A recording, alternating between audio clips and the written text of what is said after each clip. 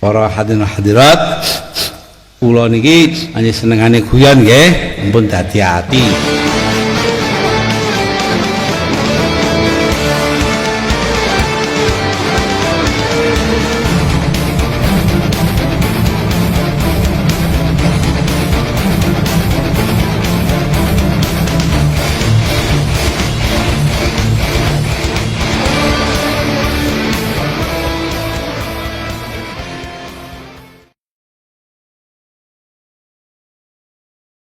Saya suka ngaji orang Sunda.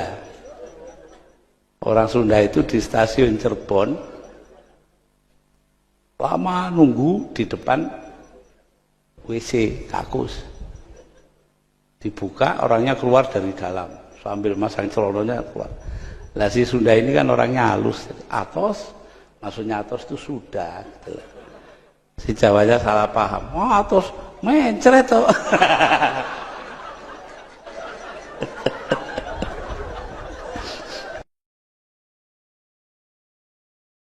Saya pernah bilang kepada Raja Fahad waktu jadi presiden, itu Saudi Arabia, Baginda jangan percaya kepada bahasa Arabnya jamaah haji Indonesia. Loh kenapa? Mereka pakai bahasa Arab kuno yang ada di kitab-kitab lama, sedangkan Anda sudah pakai bahasa Arab modern. Oh ya, contohnya apa? Seorang kiai, ya, syekh dari Indonesia pergi haji, habis taruh barang-barangnya dengan pembantunya dia keluar. Di sampingnya asrama itu jalan satu jurusan. Nah, karena dia dari depan dia baca. Ya, jadi di sana itu no entry, tidak boleh masuk. Bahasa Arabnya ditulis mamnu'ud dukhul, tidak boleh masuk dari depan. Boleh dari sana satu jurusan. Kata kiainya ini kepada pembantunya karena dia tidak ngerti bahasa Arab sekarang. Orang sini. Kenapa? Karena dukhul itu kalau di kitab-kitab lama itu hubungan seksual suami dan istri. Dari situ kok mamnu dukhul dilarang dukhul. Orang sini keterlaluan. Loh, kenapa? Masa begitu kok di jalan?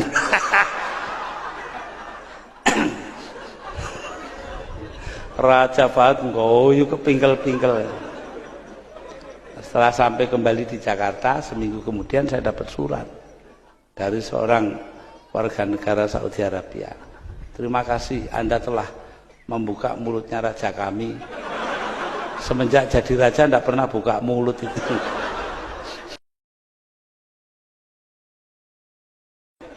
Ini modalnya orang ngaji kelilingnya gini. Harus cerita yang lucu-lucu, kalau enggak orang lari. Dan harus begini. Enggak boleh obrak-obrak itu tuh. Itu bukan mubalik, itu mantan dan ramil. Wah, ada yang begitu. Mantan dan ramil suruh khutbah. Ya ayyuhan nas, ittaqullah haqqa tuqatih wa la tamutunna illa wa antum muslimun. Wahai manusia, bertakwalah kalian kepada Tuhan kalian. Awas kalau tidak. Pakai awas baru. Lah itu baru khutbahnya sana itu. Ya.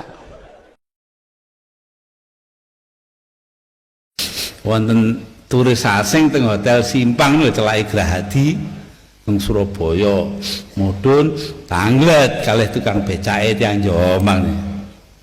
How much to the zoo? Berapa ke kebun binatang? Jawab tukang becake wong Jombang, 500 kombak kambek. 500 budal mulih. Enek kombak kambek.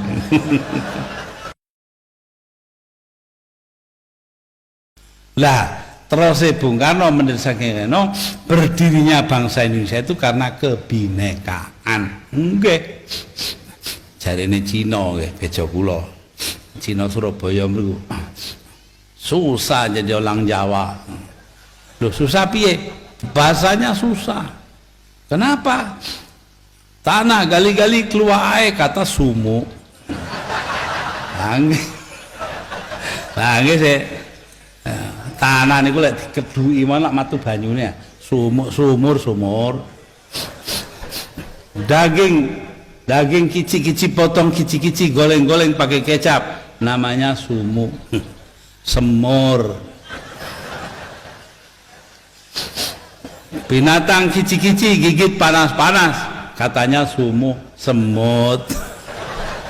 Nggih pun ta. Bareng panas nggih. Kipasan. Panas rek, ngoten ya Pak. Panas kipas kata sumuk, panci sumuk temen.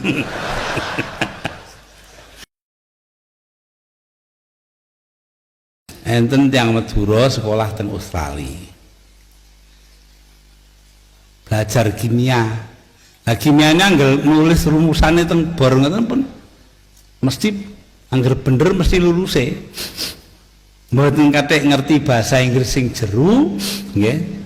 Bahasa Inggris carane dheke niku lulus mergi rumus-rumus mawon.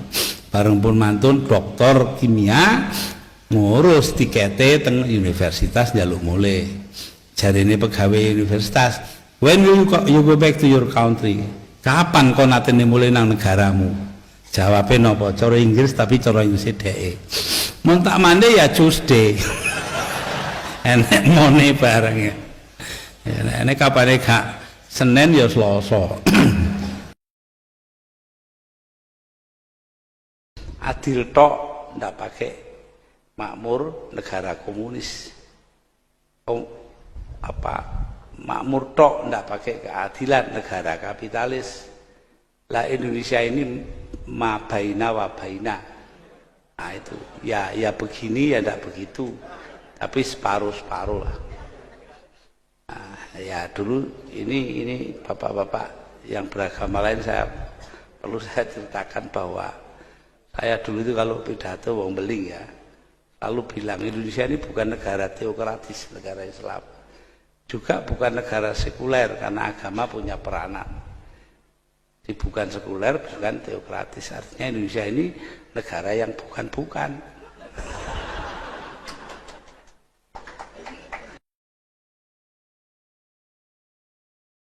Ya, kula niku kadang-kadang guyon senengane. Pak Harto wonge serius. Nate siam-siam bulan puasa pertama setelah dilengserkan niku kula diundang buka ngejak Yai Pardi Asrori saking Lampung.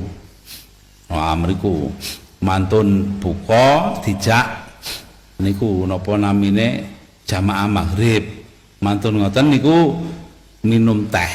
Wah. Terus Pak Harto ndangu, Gus Dur nanti sampai malam di sini. Oh, enggak Pak, saya sebentar lagi keluar ada janji sama orang. Tapi yainya kan tetap tinggal di sini toh. Nah itu perlu dijelaskan ini. Jelaskan kenapa? Loh Yai Pardi ini orang 4 kilo dari metro ini desa pisan. Ayo wis. Jadi kalau dia itu tradisional sekali, anggap saja kolot itu pantes saya gak tahu rundunya. Nah, terus penjelasannya apa? Penjelasannya begini. Dia diandaikan mimpin terawih kan? Oh iya, memang ditahan supaya mimpin terawih. Lah iya. Terawihnya itu loh Pak, cara NU lawas tah cara NU nyar. Bingung Pak Harto. Loh, cara NU lama, cara NU baru gimana? Cara NU lama, terawih itu 23 rakaat. Nggih ta mboten? Nggih, kabeh tembung-tembung yang NU ngoten. Nah, terus Pak Harto takok, lah cara NU baru gimana? Cara NU baru Pak, diskon 60%. Lho sakniki lak kata sing terawih 11 rakaat Lah niku swidak persen. Nah niku anu napa 11 rakaat niku 40%. Dadi napa diskone luwih kathah lah gampangane. Nggih. Nah 22%, 22 rakaat.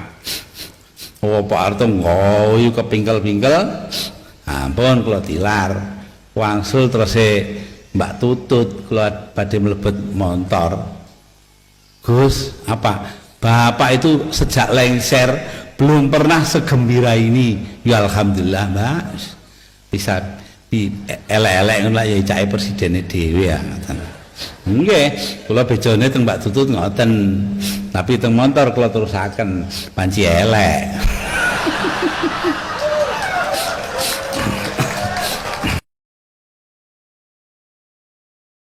Perbedaan itu adalah alasan berdirinya sebuah bangsa. Loh, alasan kita jadi bangsa yang satu, bangsa Indonesia itu kan karena perbedaan yang situ. Bukan karena apa-apa. Maknani bahasa saja beda-beda kok. Ada orang naik sepur kayak baru zaman dulu dari Gupeng Surabaya, kamar mandinya penuh orang, jadi dia tidak bisa buang air kecil. Di Kertosono takut dia kalau ditinggal kereta, tapi sudah sampai di Medion tidak kuat, dia turun. Begitu kereta berhenti dia turun, lari ke belakang, belakangnya kereta api, dia jongkok kencing di antara dua rel itu. Ada pegawai stasiun datang, Pak, ambil nunjuk WC jauh gitu. Kalau kencing yang jauh sana, kita kan paham itu ya di WC gitu kan.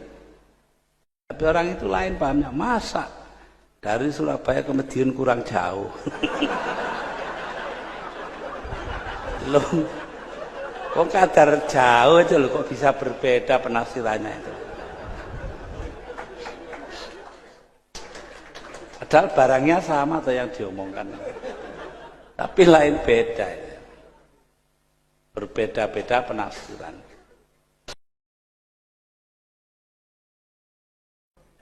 Ada orang sarang ke pantai utara Jawa Tengah itu punya anak dipondokkan di Mekah zaman dulu. Dia juragan perahu. Untuk memondokkan anaknya tiap tahun dia jual perahunya.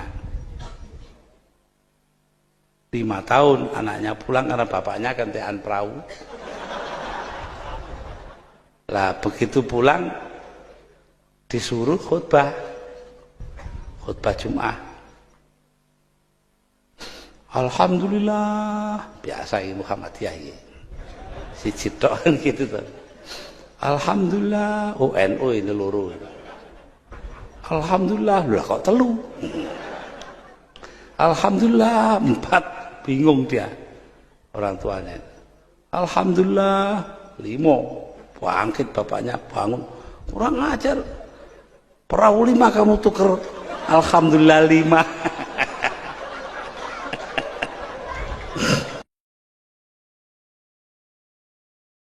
Nah, tapi enten yang ujung Pangkah numpak bis wong telu nggih.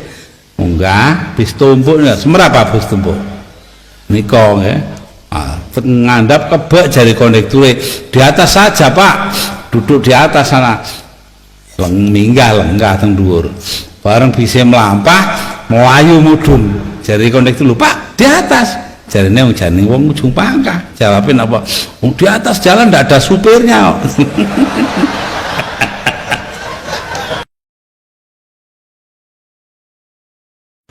Orang mengatakan bahwa Gus Dur itu tidak lulus di Al-Azhar, itu salah. Salah. Tanyakan Kiai Sanusi. Salah. Dia memang tidak kuliah.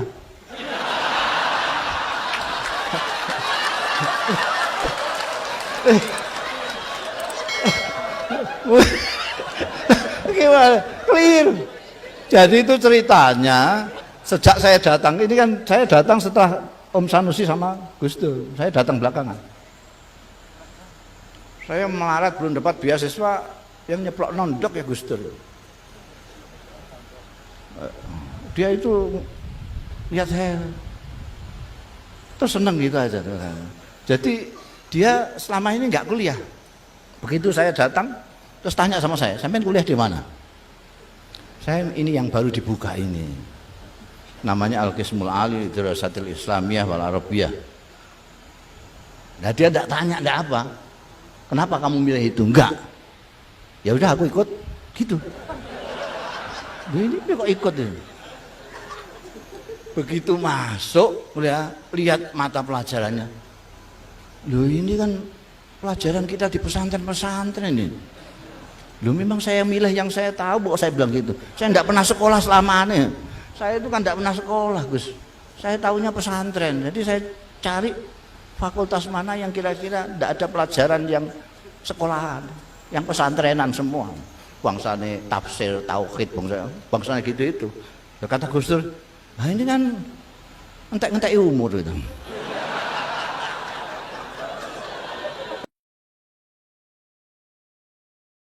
Gus Dur cerita banyak soal hal-hal yang lucu tentang kekuasaan. Nah, kalau kayak beginian mau Natalan gitu kan dia telepon saya tuh, selamat Natal. Saya bilang, Gus Dur, saya beragama tidak serius. Dia jawab, saya juga ngucapinnya nggak serius.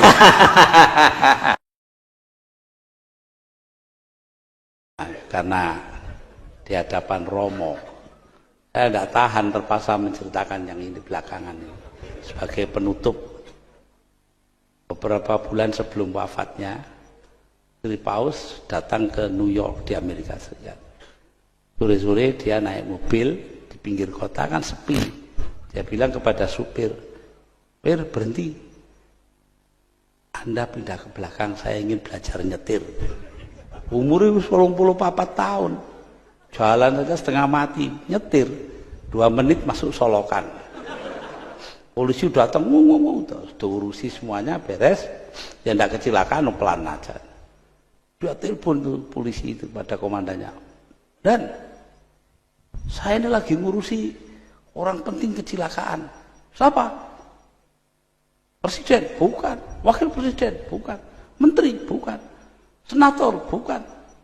"Gubernur?" "Bukan." "Wali kota?" "Bukan." "Nah, siapa?" "Nggak tahu, supirnya saja Paus." Sing diurusi kita malah supir sih nomburi.